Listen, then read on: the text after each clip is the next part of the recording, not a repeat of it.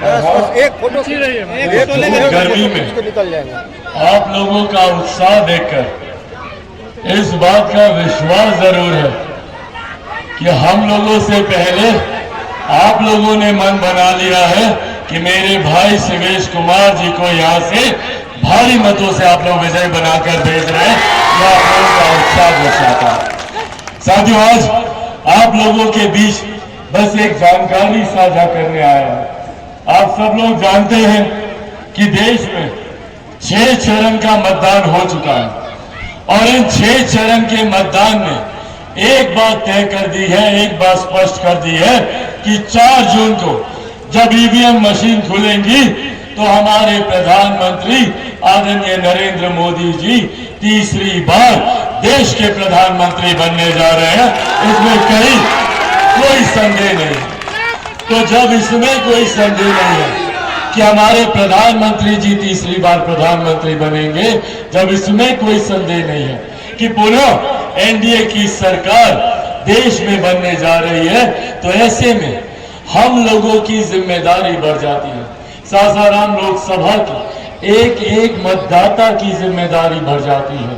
यहाँ चिनारी से हर एक व्यक्ति की हम लोग की जिम्मेदारी बढ़ जाती है कि हम लोग एक ऐसे प्रत्याशी को, एक ऐसे प्रतिनिधि को चुनकर भारत की संसद में भेजने का काम करें जो प्रधानमंत्री जी के बगल में बैठकर हम लोगों की समस्या का समाधान कर सके, हम लोगों के कार्य कर सके। ऐसे में साथियों, यह आग्रह करने आया हूं आप लोगों से, मेरे भाई शिवेश जी, इनको व्यक्तिगत तौर से मैं, मेरा परिवार आज से नहीं लंबे समय से इनके साथ वो परिचय रहा और इनको हम लोगों ने जाना है कि किस तरीके से अपने क्षेत्र के लिए, अपने समाज के लिए, अपने प्रदेश के लिए हर समय तत्परता से प्रयासरत रहने वाले ये व्यक्ति हैं। इनको मैंने अनुभव किया है। एक जानकार, पढ़े लिखे व्यक्ति जिनकी समस्या प्राथमिकता के तौर पर अपने क्षेत्र की समस्या को पूरा करना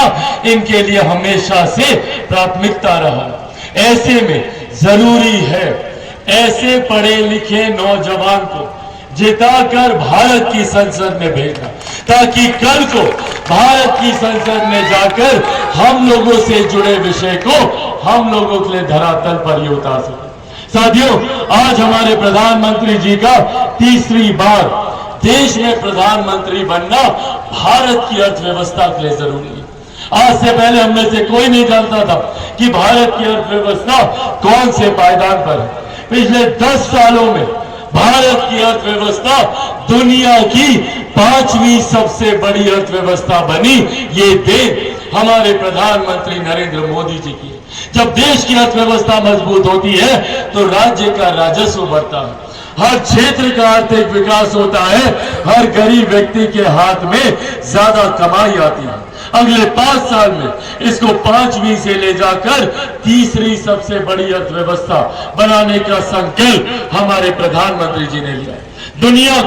दुनिया में हमारे देश को 2047 तक विकसित देश बनाने के लक्ष्य के साथ हमारे प्रधानमंत्री जी आगे बढ़ने का काम करें। जब हमारा देश एक विकसित देश बनेगा तो हम लोगों का हर एक प्रदेश, बिहार जैसा प्रदेश विकसित बनेगा, हम लोगों का सासाराम विकसित बनेगा, चिनारी विकसित बनेगा, हर प्रखंड, हर पंचायत, हर गांव को विकसित बनाने की सोच हमारे प्रधानमंत्री रखते हैं। और इसीलिए सोचिए, एक दिल्ली में बैठे हुए प्रधानमंत्री ने गांव में बैठी महिला के लिए शौचालय बनवाया, उनके लिए उज्ज्वला के माध्यम से गैस कनेक्शन पहुंचवाने का काम किया। आज हमारे प्रधानमंत्री जी ने किसी के घर में कोई बीमारी आ जाए तो उसके इलाज की चिंता करके 5-5 लाख रुपए तक का मुफ्त इलाज का प्रबंध कराने का काम किया। कोई गरीब हमारे देश में भूखा ना सोए, जिसका श्रेय मैं मेरे नेता, मेरे पिता आदरणीय रामविलास पासवान जी को भी देता हूं कि आज उनकी वजह से देश में 81 करोड़ लोगों को मुफ्त में अनाज दिया जाए।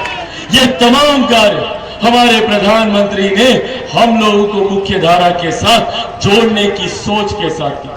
पर वही विपक्षी दलों का गठबंधन है जो चाहते नहीं कि गरीब गरीबी रेखा से बाहर निकले, जो चाहते हैं कि हम लोग सिर्फ जात पात धर्म मजहब में हम लोग बटे रहें, और उसी सोच को साधने के लिए बार बार बंटवारे की राजनीति ये लोग करते हैं।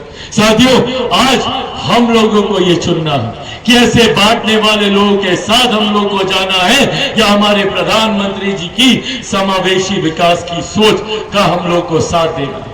कौन है ये लोग? ये विपक्ष के दल, ये विपक्ष के नेता, ये वही लोग हैं भैया जो 90 के दशक में लाठी में तेल पिलाने का काम करते थे। ये वही लोग हैं जो नौकरी के बदले हम लोगों की जमीन छीनने का काम करते थे, और आज विधिवत तरीके से हम लोगों की जमीन छीनने के लिए ये कांग्रेस राजद वाले कानून तैयार कर रहे हैं। विरासत पर कर का कानून ये महागठबंधन के लोग लाने की सोच रखते हैं। अगर ये कानून आ गया तो आप लोगों की 55% जमीन जायदाद का हिस्सा ये कांग्रेस राजद वाले छीन लेंगे। महिलाओं का 55% जेवर, आप लोगों की, गरीब किसान की, गरीब मजदूर की जो भी